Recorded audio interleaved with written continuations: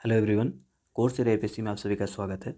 UP police SI police practice series में आज से हम स्टार्ट करते हैं। रोजाना एक एक सेट सॉल्व करेंगे। जैसा कि आप इसके सिलेबस को जानते हैं, 4 भागों में विभाजित है। तो हम इस एक सेट को 4 भागों में विभाजित करके प्रैक्टिस करेंगे। पहले हम प्रयास करेंगे हिंदी में 40 क्वेश्चन को प्रैक्टिस करें, फिर उसके बाद कानून और संविधान सामान्य ज्ञान से संबंधित जो 40 क्वेश्चन आते हैं उनको प्रैक्टिस करें। एक ही सेट के सारे भाग हैं। मतलब अगर इसको हम एक सेट में टोटल 160 क्वेश्चन हैं, 160 क्वेश्चन को तो अगर हम 4 भागों में विभाजित करेंगे तो 40-40 क्वेश्चन के रेशियो आएंगे। तो हम अगर हिंदी देखें तो हिंदी में 40 क्वेश्चन हैं, तो आज हम इनका प्रैक्टिस करेंगे 40 क्वेश्चन को। उम्मीद है आपको समझ में आया होगा। अगर आपने सिलेबस देखा होगा तो पहले पार्ट है उसमें सामान्य हिंदी, जिसमें 40 क्वेश्चन पूछे जाएंगे, ये कन्फर्म है। दूसरा भाग है कानून संविधान और सामान्य ज्ञान, उसमें 40 क्वेश्चन पूछे जाएंगे। तीसरा भाग है संख्यानात्मक और मानसिक क्षमता परीक्षण, इसमें से 40 क्वेश्चन सबसे पूछे जाएंगे। और चौथे भाग की बात करें तो मानसिक योग्यता परीक्षण, बुद्धि तर्क परीक्षण, इसे टोटल 40 क्वेश्चन पूछे जाएंगे। आपको पता होना चाहिए कि 400 टोटल मार्क है इसमें। 400 कितने क्वेश्चन से 150। तो 150 में से हम पहले 40 क्वेश्चन देखते हैं। 150 नहीं, 160 है, सॉरी हमने 150 बोल दिया, 160 है। तो उनमें से हम पहले 40 क्वेश्चन की प्रैक्टिस करते हैं। तो चलिए देखते हैं पहला क्वेश्चन। अन्न को पचाने वाली अग्नि है, इनमें से कौन सी ऐसी अग्नि है जो अन्न को पचाती है, जो हम खाना खाते हैं उसको पचाती है, पचाने का काम करती है। तो ए कह रहा है जठर अग्नि, बी कह रहा है वड़ अग्नि, और सी कह रहा है दावा अग्नि, और डी कह रहा है दवा नल। तो बताइए इनमें से कौन सी ऐसी अग्नि है जो खाना को पचाने का काम करती है। उम्मीद है आप लोगों ने आंसर लगा लिया होगा। जिन लोगों ने जठर अग्नि लगाया है बिल्कुल सही बात है, जठर अग्नि क्या करती है, खाना पचाने का काम करती है। वहीं अगर देखें वाड़ और वाग्नि क्या होता है, वाड़ वग्नि, वाग्नि जो वनों में लगने वाले आग होते हैं उसको कहते हैं दवानल। लेकिन वाड़ वाग्नि है जो है वो क्या होता है, समुद्रों में लगने वाले समुद्री आग को कहते हैं वाड़ वग्नि। और यहीं पे जो दिया है दवानग्नि, ये भी दोनों शब्द सिमिलर ही है, सी और डी दोनों एक ही शब्द हैं, उनको बस अलग तरीके से व्यक्त किया गया है। चलिए अगला क्वेश्चन देखते हैं। अगला क्वेश्चन इनमें से कौन सा वाक्य शुद्ध है। ए कह रहा सीता ने कहा, बी कह रहा सीता ने यही कहा, कही, सी कह रहा सीता यही कही, डी कह रहा सीता यह कहा। तो बताइए इनमें से कौन सा वाक्य शुद्ध है। अगर हम देखें तो ए कह रहा सीता ने यह कहा, ये लगभग सही लग रहा है। बी देखें सीता ने यह कही, ये देखिए ये गलत है। अगर सी को देखें सीता ने यही कही, यह कही, तो ये भी गलत है। हमारा सही आंसर हो जाएगा ए। जिन लोगों ने ये लगाया है उनका सही आंसर है। ऐसे आपने बोलचाल के भाषा में भी देखा होगा, कहीं भी आप ऐसा कहते हैं क्या कि तुमने ये कहा, यह कही, ऐसे नहीं बोलते हैं। तुमने यह कहा, यह कहा ऐसे बोलते हैं। वो हम इसमें कहीं भी लिंग को व्यक्त नहीं करते हैं, चाहे वो मेल हो फीमेल हो, दोनों में यही कहते हैं। अगर नाम रख रहे हैं तो आप बोल देंगे तुमने यह कहा, यह कही नहीं, यह कहा कहते हैं। तो आप ऐसे भी समझ सकते थे। चलिए अगला क्वेश्चन है, भला मैं क्या कर सकता हूँ। वाक्य में भला का शब्द, भला जो शब्द है इसका अर्थ क्या है, इस शब्द है क्या, किस तरह का शब्द है, आपको ये बताना है। ए कह रहा संज्ञा है, बी कह रहा सर्वनाम है, सी कह रहा विशेषण है, और डी कह रहा अव्यय है। तो बताइए इनमें से कौन सा भला मैं क्या कर सकता हूँ, इसमें भला शब्द किसको रिप्रेजेंट करता है। उम्मीद है सभी लोगों ने आंसर लगा लिया होगा। आपको पता हो नाउन क्या होता है, प्रोनाउन क्या होता है, एडजेक्टिव क्या होते हैं, और अव्यय क्या होता है। इनमें अगर को आपको पता हो तो आसानी से लगा लेंगे। देखिए अव्यय क्या होता है, अव्यय में ये वो शब्द होते हैं जिनका रूप बदलता नहीं है, कहीं भी इनको उपयोग करिए वैसे ही रहेंगे। जैसे कि भला तुम क्या कर सकते हो, ये जो भला शब्द है इसको कहीं भी किसी भी तरीके से यूज़ करिए, इसका रूप नहीं बदलेगा, एक ही अर्थ होगा इसका, इसलिए इसको अव्यय कहते हैं। अब यहाँ पे जो भला शब्द दिया हुआ है ये एक तरह से अव्यय है, इसलिए इसका सही आंसर डी होगा। अगर आपने डी लगाया तो सही है। आपको नाउन के बारे में पता हो तो नाउन क्या होता है बताइए। ये किसी वस्तु व्यक्ति का नाम होता है, उसको नाउन कहते हैं, संज्ञा। सर्वनाम क्या होता है, सर्वनाम देखिए नाउन के स्थान पर उपयोग किए जाने वाले को क्या कहते हैं, सर्वनाम। जैसे कि व्यक्ति स्थान के नाम पे, जैसे कि आप हमेशा किसी का नाम लेके नहीं फिर बोलते तुमने ये किया, हमेशा हर बार नाम नहीं लेते, एक बार नाम लिए उसके बाद उसके तुम शब्द यूज़ करना शुरू कर देते हैं, तो उसी को कहते हैं क्या, प्रोनाउन, सर्वनाम। सर्वनाम व्यक्ति स्थान के नाम के स्थान पर प्रयोग होता है, जैसे कि मैं, तुम, आप, ये सब उपयोग किया जाता है। वहीं अगर अगला क्वेश्चन देखें, इसी में अगला देखें, विशेषण की बात करें तो विशेषण क्या करता है, एडजेक्टिव नाउन या प्रोनाउन की विशेषता को बताता है, यही चीज़ को विशेषण कहते हैं। उम्मीद है आपको समझ में आ गया होगा। चलिए अगला क्वेश्चन देखते हैं। इसमें अगला क्वेश्चन है, राधा गीत गाएगी, वाक्य में काल पहचानिए। ये बेहद सिंपल क्वेश्चन है, उम्मीद है सभी लोग इसको लगा लेंगे क्योंकि ज़्यादा जटिल नहीं है, एक ही में दिया हुआ है सामान्य भविष्य काल। इसमें कुछ सोचने वाली थोड़ी भी बात नहीं थी, ये सभी लोग लगा लेंगे। चलिए अगला क्वेश्चन देखते हैं। निम्नलिखित में से एक वाक्य में क्रिया भक्षण करने वाले भक्षण करने के अर्थ में प्रयुक्त हुई है। इसमें कौन सी ऐसी क्रिया है जो भक्षण मतलब खाने के को रिप्रेजेंट करती है। ए कह रहा है वह हराम का पैसा खाता है। बी कह रहा है वह जूते खाता है। सी कह रहा है वह कसम खाता है। डी कह रहा है वह आम खाता है। इनमें से बताइए कौन सी ऐसी क्रिया जो भक्षण को रिप्रेजेंट करती है, भक्षण के अर्थ को प्रयुक्त हुई है उसमें। उम्मीद है सभी लोगों ने आंसर लगा लिया होगा। देखिए इसमें देखिए हराम का पैसे खाना मतलब कोई पैसे मुंह से थोड़ी खाता है। पैसे खाने को एक तरह से मतलब कहा जाता है, लेकिन ये गलत है। यहाँ पे पैसे खाने की बात मतलब जो भी चीज़ है खाने मुंह से खाने वाली चीज़ को रिप्रेजेंट करना है। जूते खाना कोई मुंह से जूते थोड़ी खाता है। कसम खाना ये मुंह से थोड़ी खाता है, लेकिन खाने वाला वो खाना नहीं है, पेट में नहीं जाता है ये। यहाँ आम खाना जो है वो आम खाता है, ये क्या चीज़ करता है, ये एक ऐसी क्रिया है जो भक्षण को रिप्रेजेंट करता है। तो इसका आंसर सही है डी। अगर आपने डी लगाया था तो आपका सही आंसर होगा। चलिए यहाँ पे दिया हुआ है ऐसे क्वेश्चन आपको एक दो तो हमेशा मिलेंगे ही मिलेंगे। आजकल ये यूपी पीसीएस में भी ऐसे क्वेश्चन पूछे जाने लगे हैं। तो इसमें आपको बताना है, सीधा अरेंज करना है आपको। आसानी से अरेंज कर लेंगे। इसमें थोड़ा जटिल दिया हुआ है लेकिन आप एग्जाम में बहुत ईजी मिलेगा। जैसे आपको शुरू करना है इसमें जिस प्रकार। अब अगला शब्द कौन सा आप चुनेंगे, या तो आप चुनिए मनुष्य का धैर्य, और फिर उसके बाद चुनिए उसका स्वभाव, उसके स्वभाव का। अब ये सही सूट नहीं कर रहा है। लेकिन अगला हम देखें फिर इसमें यहाँ पे मैचिंग करके देखिए। अगर हम सी से मैच करके देखें, जिस प्रकार अग्नि का धर्म है, फिर य देखिए दहकना और उसी प्रकार, फिर लौ देखिए मनुष्य का धर्म है, फिर रौ देखिए उसके स्वभाव का। मनुष्य का धैर्य है उसके स्वभाव का। तो ये कहीं ना कहीं हमारा सही लग रहा है सी। जिन लोगों ने सी लगाया था बिल्कुल सही है। आप विकल्प के अकॉर्डिंग आप सॉल्व करिएगा, विकल्प को ध्यान में रख के फिर पढ़िएगा, आपको सही से आंसर मिल जाएगा। जहाँ भी सही लगेगा उसको आंसर चुन लीजिएगा। चलिए इसमें अगला क्वेश्चन देखते हैं हम। अगला क्वेश्चन है निम्नलिखित में से स्त्रीलिंग शब्द को चुनिए। इसमें से कौन सा शब्द ऐसा है जो स्त्रीलिंग है, तो बताइए। ए कह रहा है धुआं, बी कह रहा है संध्या, सी कह रहा है भला भत्ता, डी कह रहा है धावा। तो बताइए इनमें से कौन सा शब्द स्त्रीलिंग है। उम्मीद है सभी लोगों ने आंसर लगा लिया होगा। जिन लोगों ने इसमें बी लगाया है संध्या, संध्या एक स्त्रीलिंग शब्द है। चलिए अगला क्वेश्चन देखते हैं। धूसर किसका पर्याय है। ए दिया हुआ अश्व, बी दिया है मेघ, सी दिया है गदर्भ और डी दिया है अजा। उम्मीद है सभी लोगों ने आंसर लगा लिया होगा। जिन लोगों ने इसमें लगाया है सी गदर्भ तो बिल्कुल सही है। देखिए ये गधे का पर्यायवाची है गदर्भ, धूसर, और इसके साथ साथ अन्य भी कुछ हैं जैसे कि खर, बैसाख, पंदन पंदन और रासव। ये सभी क्या हैं, गधे के पर्यायवाची हैं। ऐसे बहुत सारे पर्यायवाची हैं, आप याद कर सकते हैं। लेकिन यहाँ पे धूसर, गदर्भ और इसके अलावा भी आगे देखेंगे खर, ये सब याद रखिएगा। ऐसे पूछे जाते हैं, पूछ लेता है गदर्भ किसकी पर्यायवाची है, तो गधे की पर्यायवाची है। चलिए हर्ष, हर्ष का विलोम क्या होगा बताइए। ए दिया हो करुणा, बी दिया विषाद, सी दिया क्रोध और डी दिया कायरता। तो बताइए इनमें से हर्ष का विलोम कौन सा है। उम्मीद है सभी लोगों ने आंसर लगा लिया होगा। देखिए आप खुश रहते हैं उसका विपरीत क्या होगा, विषाद में। किसी तनावग्रस्त रहते हैं, किसी तनाव में रहते हैं तो उसको विषाद कहते हैं। फिर अगर देखें करुणा, करुणा का क्या होगा, इसका विलोम करुणा का क्रूरता होगा, निष्ठुरता होगा। ये सारे क्या हैं, किसके विलोम है, करुणा के। क्या, क्रूरता, निष्ठुरता, ये सभी करुणा के विलोम है। क्रोध के विलोम क्या होंगे, क्रोध के विलोम होंगे क्षमा। कायरता का विलोम क्या होगा, वीरता होगा। ये सभी एक दूसरे के विलोम हैं, आप इस तरीके से समझ सकते हैं। उम्मीद है सभी लोग आंसर लगा लिया होगा। चलिए जगदीश का संधि विच्छेद करते हैं। ए कह रहा है जगत धन इस, बी कह रहा है जगत धन इस। अब केवल मात्रा में डिफरेंट देखिएगा। सी कह रहा है जगत धन इस और डी कह रहा है जगत धन इस। इसमें केवल मात्रा का ही डिफरेंट है। इसमें सही आंसर है बी। जिन लोगों ने बी लगाया था उनका सही आंसर है, करेक्ट है, इसका है बी। चलिए अगला क्वेश्चन देखते हैं। अगला क्वेश्चन कह रहा है बड़े बढ़ाई ना करें, बड़े बढ़ाई ना करें।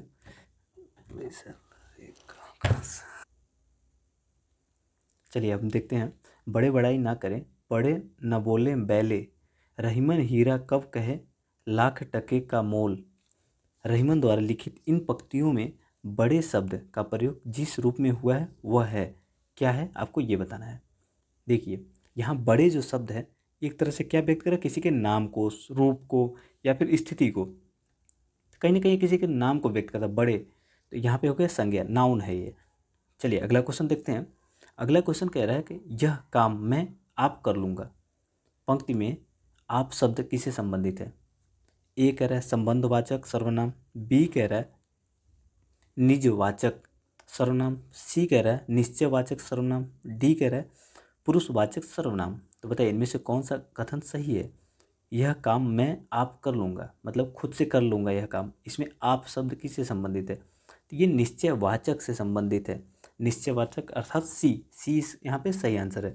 देखिए आप कैसे चयन करेंगे कौन सा निश्चयवाचक शब्द है, कौन सा पुरुषवाचक शब्द है।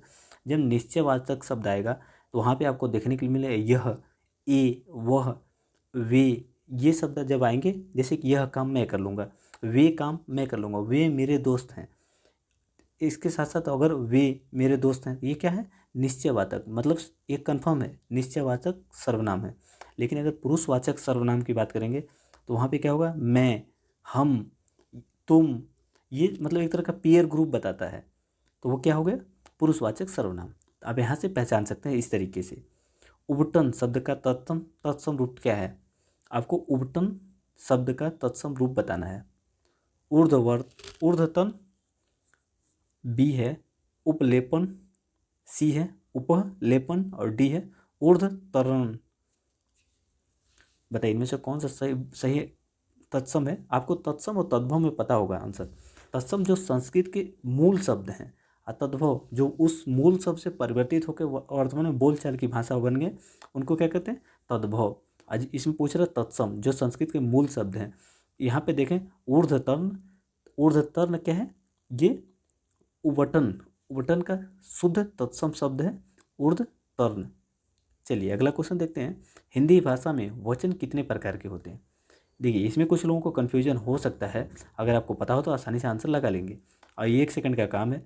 देखिए संस्कृत की बात करें तो संस्कृत में कितने होते हैं? वचन 3 होते हैं।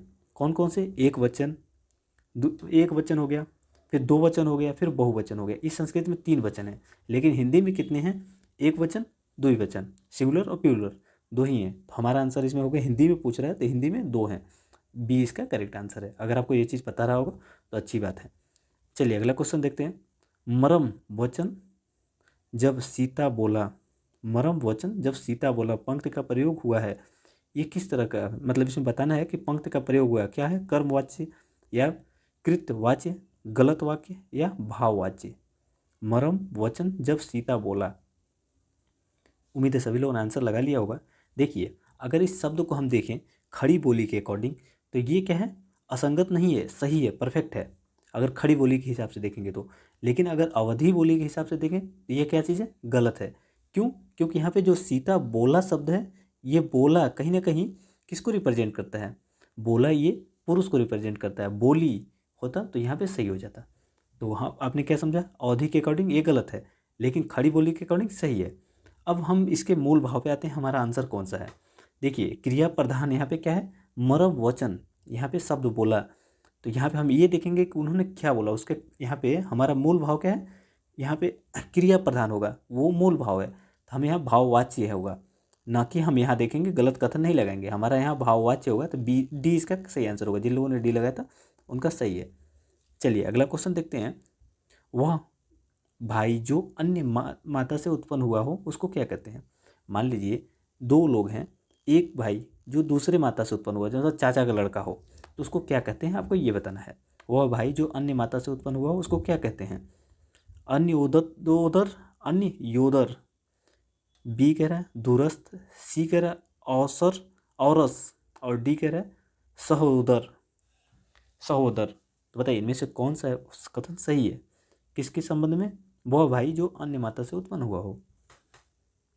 उम्मीद है सभी लोगों ने आंसर लगा लिया होगा। जिन लोगों ने लगाया अन्य उदर, मतलब दूसरे माता से उत्पन्न होने वाले को अन्य उदर कहते हैं, तो बिल्कुल सही बात है, ए इसका सही आंसर है। बी वाले की बात करें अगर दूरस्थ, तो जो दूर रहता हो उसको दूरस्थ कहते हैं। औरस मतलब जो अवसर मिलता है उसको औरस कहते हैं, अवसर को औरस कहते हैं। अगर सह उदर मतलब एक ही गर्भ से 2 व्यक्ति जन्मे हों तो उनको कहते हैं सह उदर, एक ही माता से जन्म लेने वाले 2 भाई, तो उनको सहोदर कहते हैं। तो हमारा आंसर इसमें हो गया अनोदर, मतलब चाचा के लड़के को क्या कहते हैं, अनोदर। चलिए अगला क्वेश्चन देखते हैं। निम्नलिखित मिश्र वाक्यों में से कौन सा विशेषण उपवाक्य है? आपको विशेषण उपवाक्य चयन करना है जो विशेषता को रिप्रेजेंट करता हो। चलिए यहाँ पे ए कह रहा है कि मैं कहता हूँ कि तुम भोपाल जाओ। क्या इसमें कहीं विशेषता दिख रही है? अगर दिख रही है तो आप आंसर लगा सकते हैं। बी कह रहा है लखनऊ जो उत्तर प्रदेश की राजधानी है एक ऐतिहासिक नगर है। सी कह रहा है, क्या बी में आपको कहीं दिखा है यहाँ पे क्रिया विशेषण? सी कह रहा है जब मैं स्टेशन पहुंचा तभी ट्रेन आई। और डी कह रहा है मैं चाहता हूं कि आप यहीं रुकें, यहीं रहें। उम्मीद है सभी लोगों ने आंसर लगा लिया होगा। देखिए यहाँ पे पहली बात तो देखें, लखनऊ क्या है, नाउन है एक तरह से, और इसकी विशेषता क्या है, ये उत्तर प्रदेश की राजधानी है और ऐतिहासिक नगर भी है। तो हमारा सही आंसर यहाँ पे होगा बी। जिन लोगों ने बी लगाया था उनका सही है। चलिए अगला क्वेश्चन देखते हैं। निम्नलिखित में से कौन सा विपरीतार्थक युग्म सही है? इसमें से आपको क्या चयन करना है? विलोम शब्द है जो कि सही है उसको चयन करना है। ये कह रहा है उद्योगी, अनुद्योगी। बी कह रहा है औरस और जारस, जारज। सी कह रहा है उन्मत्त और दिमुख। और डी कह रहा है उच्छावस और उन्नछिष्ट। थोड़ा प्रोनाउंसिएशन गलत हो सकता है, आप अपने अकॉर्डिंग प्रोनाउंसिएट कर लीजिएगा। तो बताइए इनमें से कौन सा सही है? विपरीतार्थक शब्द मतलब विलोम शब्द, उनका दोनों सही है युग्म। उम्मीद है सभी लोगों ने आंसर लगा लिया होगा। जिन लोगों ने लगाया है औरस और जारस, जारज, तो बिल्कुल सही है, ये दोनों बिल्कुल सही हैं, विपरीतार्थक शब्द हैं और दोनों सही युग्म है इनका। चलिए अगला क्वेश्चन कह रहा है निम्न में से कौन सा अल्प विराम चिन्ह है? आपको अल्प विराम चिन्ह बताना है। अगर आपने सही हिंदी लिखते होंगे तो आपको इसके बारे में ज्ञान होगा, आपको पता होगा क्योंकि आप इनका उपयोग करते होंगे। तो अल्प विराम के बारे में पूछा गया है, तो इसमें अल्प विराम सी अगर आपने लगाया है तो बिल्कुल सही बात है, ये अल्प विराम है। ये अर्ध विराम है, ये पूर्ण विराम है। उम्मीद है आपको समझ में आ गया होगा। तो अब इनका बस क्वेश्चन मार्क है तो आप जानते ही होंगे, प्रश्नवाचक और विस्मयबोधक। ये ऐसे क्या अचानक जो ऐसे शब्द आते हैं आश्चर्यचकित करने वाले, तो उस विस्मयबोधक कहते हैं। उद्धरण चिन्ह आप जानते ही होंगे, उद्धरण चिन्ह ऐसे करके लगाया जाता है, तो ये चीज़ हो गया। चलिए हिंदी के स्पर्श व्यंजन के 5 वर्गों के दूसरे और चौथे वर्ण कहते हैं होते हैं, क्या होते हैं ये? हिंदी के जो स्पर्श व्यंजन के 5 वर्ग होते हैं, वर्गों के दूसरे और चौथे वर्ण क्या कहलाते हैं? आपको ये बताना है। ए कह रहा है अल्प प्राण व्यंजन, बी कह रहा है महाप्राण व्यंजन, सी कह रहा है घोष व्यंजन और डी कह रहा है अघोष व्यंजन। अगर आपको इसके बारे में थोड़ा भी आइडिया होगा तो आप आसानी से लगा पाएंगे। बताइए। उम्मीद है सभी लोगों ने आंसर लगा लिया होगा। जिन लोगों ने महाप्राण व्यंजन लगाया है, मतलब यहाँ पे देखिए 5वें वर्ग और दूसरे 5वें वर्ग के दूसरे और चौथे वर्ण की बात कर रहा है, दूसरे और चौथे वर्ण की बात कर रहा है। तो देखिए अल्प प्राण कौन से होते हैं? अल्प प्राण की अगर बात करेंगे आप तो आ जाएगा अल्प प्राण, महाप्राण। अगर अल्प प्राण को देखें तो क पहला वर्ड, ख छोड़िए, ख महाप्राण हो गया, फिर ग अल्प प्राण हो गया, फिर क ख ग घ हो गया, क्या हो गया? महाप्राण। मतलब पहला जो सेंटेंस होगा वो अल्प प्राण होगा, दूसरा वाला क्या होगा? महाप्राण। क ख ग में जो भी शब्द आता है पहला शब्द होगा अल्प प्राण और दूसरा होगा महाप्राण। अब इसी तरह से घोष और अघोष में देखें तो घोष और अघोष में भी कुछ इसी तरह के डिफरेंस देखने के लिए मिलते हैं। घोष की बात करेंगे अगर आप तो क्या होगा? पहला जो शब्द होगा, पहला और क ख मतलब 2 शब्द, शुरू के 2 शब्द वो क्या होंगे? अघोष होंगे। उसके बाद दूसरा अगले 2 क्या होंगे? घोष होंगे। घोष और अघोष में अंतर आप समझिए कि क ख जो होंगे वो क्या होंगे?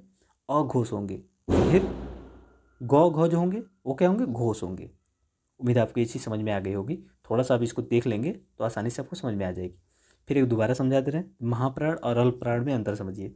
महाप्राण किसे कहते हैं और अल्प प्राण किसे कहते हैं? देखिए क जो है पहला शब्द वो क्या है? अल्प प्राण है, क्योंकि कम वायु निकल रहा है मुंह से। जब आप बोलेंगे क तो कम वायु निकलेगी तो उसको अल्प प्राण बोलेंगे। महाप्राण मतलब ख जब बोलेंगे तो ज़्यादा वायु निकलेगी तो इसको महाप्राण कहते हैं। और वैसे क ख ग में देखें तो पहला शब्द जो आता है वो क्या होता है? अल्प प्राण होता है। जो दूसरा शब्द होता है महाप्राण वो होता है दूसरा शब्द जो भी आएगा, पहला दूसरा फिर पहला दूसरा, ऐसे में क ख ग घ आप चले जाएंगे तो जो भी पहला शब्द आएगा वो क्या होगा? अल्पप्राण, फिर दूसरा महाप्राण। इस तरीके से आप चल सकते हैं। फिर अब बात समझ लें घोष और अघोष में। तो जो घोष होता है वो क्या होता है? वो दूसरा, तीसरा चौथा होगा घोष। अघोष कौन सा होगा? पहला दूसरा। मतलब आप एक तरह समझिए, 1 2 3 4, अगर ऐसे मैं लिखता हूँ 4, तो पहला 1 और 2 जो होगा सेंटेंस, यहाँ पे 1 और 2 ये क्या होगा? अघोष होगा। और फिर जो तीसरा चौथा सेंटेंस होगा वो घोष सेंटेंस होगा। क ख ग में आप यहाँ पे क ख ग लिख सकते हैं। तो जो तीसरा चौथा सेंटेंस होगा वो क्या होगा?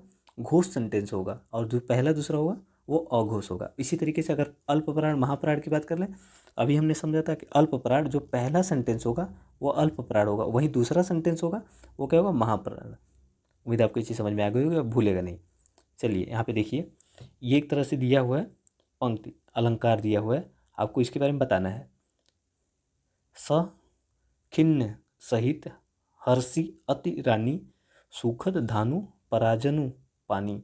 इसके बारे में पूछ रहा आपसे कि कौन सा अलंकार उपयोग किया गया है। अब इसके बारे में अगर आपको पता हो तो आसानी से लगा पाएंगे। यहाँ पे देखिए, उत्प्रेक्षा अलंकार का उपयोग किया गया, जैसे कि तैसे कर दिया गया। जैसे कि रानी हंसती है तो जो जिस तरह का हरियाली अगर आ जाती है, उसी तरह से बारिश होने से फसलों में हरियाली आ जाती है। जैसे को तैसा उपयोग कर लिया गया है। मतलब रानी की स्माइल हंसी इतनी अच्छी है कि उसके साम्राज्य में खुशहाली आ जाती है। उसी तरह के बारिश से जैसे खेती में हरियाली आ जाती है। तो जैसे को तैसा उपयोग किया गया तो उसको कहें उत्प्रेक्षा अलंकार। उत्प्रेक्षा अलंकार जिन लोगों ने लगाया था सी, उनका सही है। चलिए अगला देखते हैं।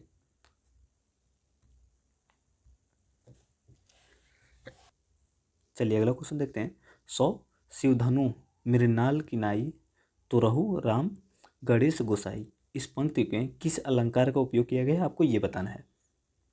उम्मीद है सभी लोगों ने आंसर लगा लिया होगा। यहाँ पे देखिए, हम अगर पहले इसके बारे में ब्यूरो थोड़ा सा डिटेल समझ लेते हैं तो गड़बड़ हो जाता कि आप इसका आंसर लगा सकते थे। देखिए यहाँ पे उपमा अलंकार का उपयोग किया गया है। हमारा आंसर हो गया सही, कौन सा? डी, उपमा अलंकार का उपयोग किया गया है यहाँ पे। डी इसका सही आंसर है। चलिए अगला क्वेश्चन देखते हैं। अगला क्वेश्चन कह रहा है कौन सा संयुक्त स्वर है। संयुक्त स्वर के आपके बारे में पता हो आपको तो आप आसानी से लगा लेंगे। वह स्वर जो इंडिपेंडेंट होकर के नहीं, दो स्वरों से मिलकर के बना हो, जुड़ करके बना हो, उनको कहते हैं संयुक्त स्वर कहते हैं। जैसे कि यहाँ पे दिया हुआ है, वो कितने संयुक्त स्वर कितने होते हैं ये भी आपसे पूछा जा सकता है। बताइए संयुक्त स्वर कितने हैं? टोटल 5 हैं संयुक्त स्वर। इसमें से ऋषि अगर जुड़ जाता तो सही हो जाता। पांचों यहाँ पे देख, डी इसका सही आंसर है। आपको संयुक्त स्वर के बारे में पता हो तो आसानी से लगा लेंगे। यहाँ पे डी इसका सही है। ए ओ और ऋषि, ये 5 हैं जो संयुक्त स्वर हैं। चलिए अगला क्वेश्चन देखते हैं। पूर्वी हिंदी विकसित हुई थी। पूर्वी हिंदी विकसित हुई थी, किससे विकसित हुई थी? पूर्वी हिंदी विकसित हुई है किससे? ए दिया पसाची अपभ्रंश से, बी कह रहा है अर्ध मगधी अपभ्रंश से, सी कह रहा है सौर सेनी अपभ्रंश से, और डी कह रहा है मागधी अपभ्रंश से। तो बताइए जो पूर्वी हिंदी है, पूर्वी हिंदी अर्थात यूपी के पूर्वी रीजन वाले और नीचे तक जाएंगे झारखंड, छत्तीसगढ़ वाले रीजन में, इन रीजन को कहते हैं पूर्वी हिंदी। इनका विकास किससे हुआ है इसके बारे में आपसे पूछा जा रहा है। उम्मीद है सभी लोगों ने आंसर लगा लिया होगा। देखिए इसका विकास हुआ अर्ध मगधी भाषा से और अर्ध मगधी अपभ्रंश से हुआ है। किसका? पूर्वी हिंदी का विकास। इसका आंसर होगा बी। जिन लोगों ने बी लगाया था उनका सही आंसर है। अगर आप देखेंगे तो पूर्वी अवधि में जो भाषा आता है, पूर्वी हिंदी है, उसमें कौन कौन सी भाषाएं आती हैं? तो अवधी आता है, बाघेली आता है, फिर छत्तीसगढ़ी आता है। ये सभी सम्मिलित हैं उसके अंतर्गत, पूर्वी हिंदी के अंतर्गत। तो इसका सही आंसर हो गया हमारा बी।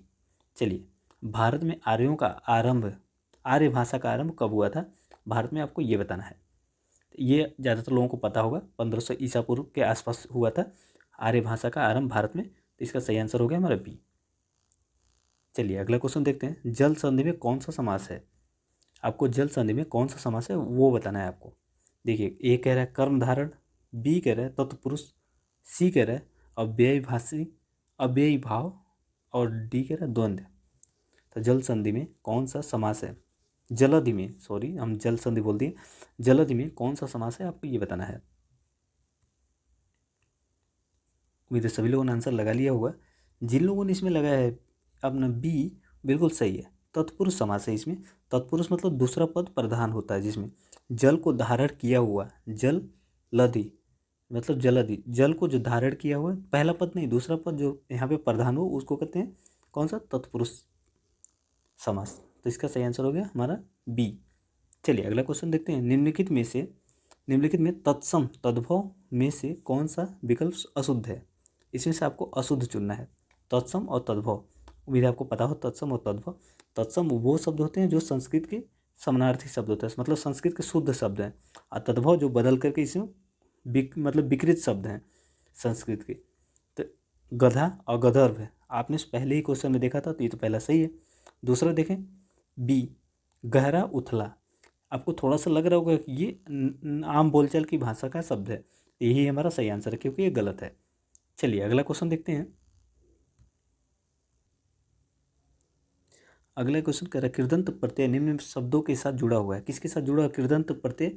आपको ये बताना है। इसमें क्रिया के साथ जुड़ा हुआ कृदंत प्रत्यय, इसमें कोई ज़्यादा सोचने वाली बात नहीं थी, अगर आपको पता है तो लगाएंगे, वरना आप थोड़ा सा इसके बाद देख लीजिए कृदंत प्रत्यय के बारे में, तो आप इसको कर पाएंगे। चलिए अगला क्वेश्चन देखते हैं। ढ और ढ दोनों को कौन सा वर्ड कहा जाता है, आपको ये बताना है। देखिए जिनको ढ जो होता है नॉर्मल ढ, आप ऐसे देखेंगे नीचे बिंदी नहीं होता, जब बिंदी लगाएंगे तो ये हो जाता है, तब ये विकसित स्वर है। और ये वाला जो ढ है, आप ऐसे देखेंगे समानता, नीचे जब बिंदी लगा देंगे तो ढ हो जाएगा, तो ये विकसित वर्ड हैं, इनको बनाया गया है, विकसित वर्ड इनको कहा जाता है। चलिए अगला क्वेश्चन देखते हैं। निम्न शब्द युग के विकास विकल्पों में से कोई एक विकल्प सही नहीं है, गलत युग्म का चयन कीजिए। इनमें से कोई एक शब्द है जो जिसका युग्म सही नहीं है। देखिए ये शब्द जो होते हैं इनको बोलने में जो युग्म है, इनको बोलेंगे आप तो सब लगभग एक ही तरह सुनाई देंगे, लेकिन कोई एक शब्द होगा जिनको सब बोलेंगे तो डिफरेंट डिफरेंट दोनों समझ में आएंगे। जैसे कि स्वर्ग और स्वर्ण, स्वर्ग और स्वर्ण, ये दोनों लगभग सिमिलर समझ में आ रहे हैं। और सवार बिगार, संवार बिगार, ये दोनों डिफरेंट लग रहे हैं ना। चलिए इसको होल्ड करते हैं। षष्ठी और षष्ठी, षठी, षष्ठी और षठी दोनों सुर सही है। सुर सुर ये भी लगभग सिमिलर ही है, हमारा आंसर निकल गया बी। बी इसका करेक्ट आंसर क्योंकि ये डिफरेंट है। चलिए उत श्रृंखला संधि शब्द होगा, मतलब उत और श्रृंखला शब्द का संधि विच्छेद क्या होगा, आपको ये बताना है। यहाँ पे संधि विच्छेद दिया हुआ है उत और श्रृंखला, आपको इसका सही बताना है कि कौन सा युग्म होगा, किसका ये संधि विच्छेद है। उम्मीद है सभी लोगों ने आंसर लगा लिया होगा। अगर देखें सामान्यतः आप देखेंगे जब संधि विच्छेद होता है तो किस में बदल जाता है, चौ में, और सौ, ये वाला जो सौ होता है, ये वाला सौ होता है, ये किस में बदल जाता है, ये वाला सौ छः में बदल जाता है। तो यहाँ पे आप देखेंगे तो हमारा सही आंसर होगा उच्छ, उच्छखल, उच्छंखल, उच्छंखल हमारा सही आंसर हो जाएगा इसका। उच्छंखल का यहाँ पे संधि विच्छेद है उत धन श्रृंखला। चलिए अगला कथन देखते हैं। अगला कथन कह रहा है कि दिल कपा देना मुहावरे का सही अर्थ होगा। दिल कपा देना मुहावरे का अर्थ होगा, क्या होगा, हरा देना। दिल कपा देना मतलब हरा देना, डर के मारे कांपने लगना, तो हरा देना। दिल कपा देना मुहावरे का अर्थ होगा हरा देना। चलिए अगला क्वेश्चन है, इच्छा पूरी करना निम्नलिखित में से किस मुहावरे का अर्थ है? ए कह रहा है अवसर चूकना, बी कह रहा है आस करना, और सी कह रहा है याचना करना, और डी कह रहा है अरमान निकालना। तो इच्छा पूरी करने का किस मुहावरे का अर्थ है, तो अरमान निकालना इसका था। हमारा डी आंसर करेक्ट है। चलिए तो अगला विकल्प देखते हैं। ये तो आप लोगों ने सुना भी होगा, ऊंची दुकान फीकी पकवान। ये क्या है, एक तरह की कहावतें हैं, लोक कहावतें हैं जो लोग कहते रहते हैं इसको। तो इसका अर्थ क्या होगा? ए कह रहा है ऊंची बनी दुकान के पकवान मीठे नहीं होते हैं, बी कह रहा है ऊंची दुकान महंगी होती हैं, सी कह रहा है दिखावटी वस्तुओं में गुणवत्ता कम होती है, डी कह रहा है दिखावटी में आकर्षण अधिक रहता है। तो हमारा आंसर इसमें सी होगा, ये सभी लोग लगा लेंगे, बहुत ईजी है। चलिए अगला क्वेश्चन देखते हैं। एक तो चोरी ऊपर से सीना चोरी, ये भी एक तरह से लोक कहावत है। अब इसके बारे में बताइए कौन सा सही है।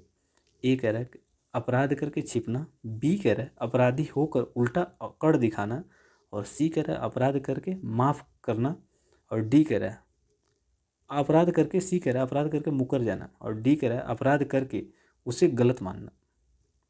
बताइए इनमें से कौन सा कथन सही है? उम्मीद है सभी लोगों ने आंसर लगा लिया होगा।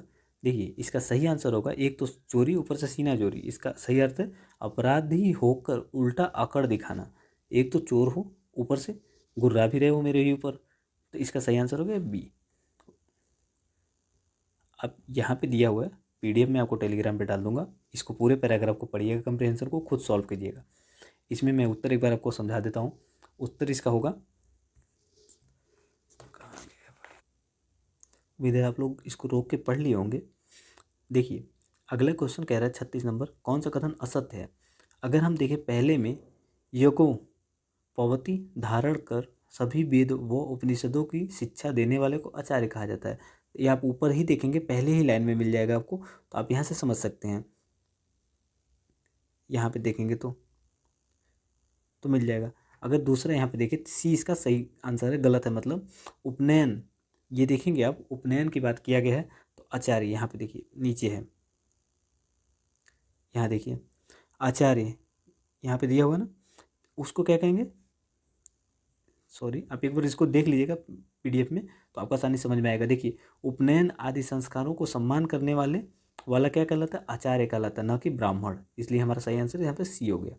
अब यहाँ पे देखिए डी में 37 नंबर क्वेश्चन में, प्रस्तुत गद्यांश में निम्नलिखित में से किस ऋषि का उल्लेख नहीं है। तो आप देखेंगे इसमें पूरे में ढूंढ लेंगे तो आपको विश्वामित्र का कहीं भी उल्लेख नहीं मिलेगा, तो इसका सही आंसर सी हो गया। अब अगला देखें 38 नंबर, प्रस्तुत गद्यांश में निम्नलिखित में से किस ग्रंथ का उल्लेख नहीं है। तो मत्स्य पुराण का यहाँ पे है, महाभारत का है, इसका भी है, और यहाँ पे यज्ञ वलक्य स्मृति शब्द का नहीं है। बाकी यज्ञ वलक्य का है लेकिन स्मृति का नहीं है, तो हमारा सही आंसर हो गया बी। चलिए अगला क्वेश्चन देखते हैं। प्राचीन भारत में शिक्षक को किसके समतुल्य समझा जाता था। आप देखेंगे इसमें पहले ही पैराग्राफ में, तो यहाँ पे ईश्वर के समतुल्य समझा जाता था। यहाँ देखिए जो गुरु होते थे उनको ईश्वर के समतुल्य समझा जाता था। यहाँ पे एक उपनिषद है, इसमें दिया गया है, बताया गया था कि जो प्राचीन काल था वहाँ पे शिक्षक को ईश्वर के समतुल्य समझा जाता था। तो यहाँ पे सही हमारा आंसर हो गया डी, ईश्वर। चलिए अगला क्वेश्चन देखते हैं। अगला क्वेश्चन है, किस ग्रंथ में यह कहा गया है कि गुरु की सेवा से स्वर्ग की प्राप्ति होती है। तो बताइए किस में कहा गया।